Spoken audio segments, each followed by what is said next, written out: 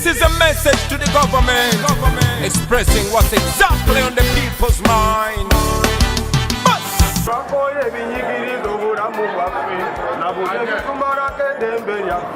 Uganda etambula edamabiga mutuse n'okutekamya Uganda yaffe mulimba mutufuga bubinyo nammwe kale tetuganye mwabana mu nsiko naye omwana gwe wasanga gatannazaalibwa kati naye yazaala nadda kino mukiŋŋambire muze yaba mutukako saba ne bakadde bane bamugambeko tenensonga mpamuyo gyalemeddeko kati eggwanga lyonna lyenyamidde bagambe yalinga demokrasi mwamuzalawa kati mumufuddeiko bulase bagambe teyali fundamental tetimwagikuluga kati mugifudde nocenyi bagamba tensonga zabalonda kati mwazikuddeko namwe mukola biri ebyabali tugamba ti constitution yaffe togikwatako kubamwe musigadde sumi yaffe yeso we are fighting for freedom.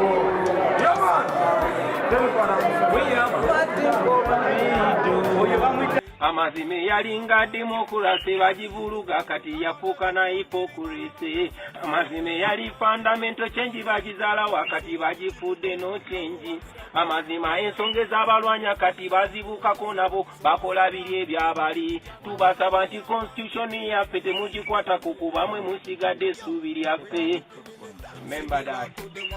Omukulembeze ayambala kombati y'amagye kutiisatiisa abantu tuta mu mbeera tuli bawanvu twambala ebimyufu okulaga nti tulina beetegefu kuyiwa omusaayi gwaffe okulaba nti eggwanga lyaffe lirisigala mu buwanvu twambala ebimyufu bino okulaga obumu ne ssemateeka okulaga nti twagala kuzaayo ensi yaffe mu